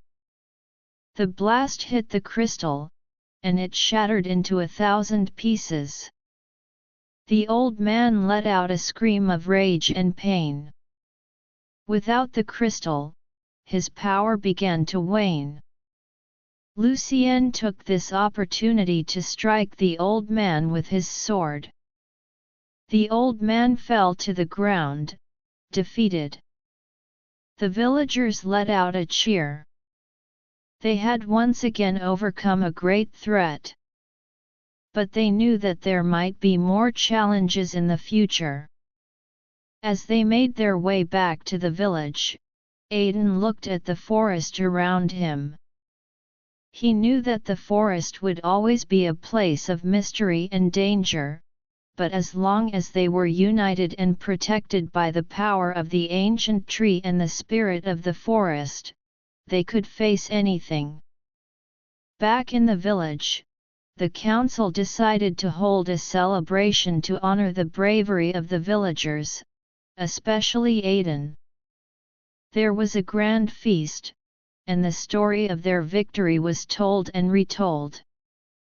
Aiden, sitting with his parents and friends, looked around at the happy faces. He knew that his adventures in the forest were far from over, but he was ready to face whatever came his way. The village, once again, was safe, and the forest was free from the dark magic that had threatened it. But Aiden also knew that they had to remain vigilant, for there were always those who would seek to disrupt the peace of their home. And as the night fell, and the stars twinkled above the village, Aiden made a silent promise to always protect his village, the forest, and the people he loved.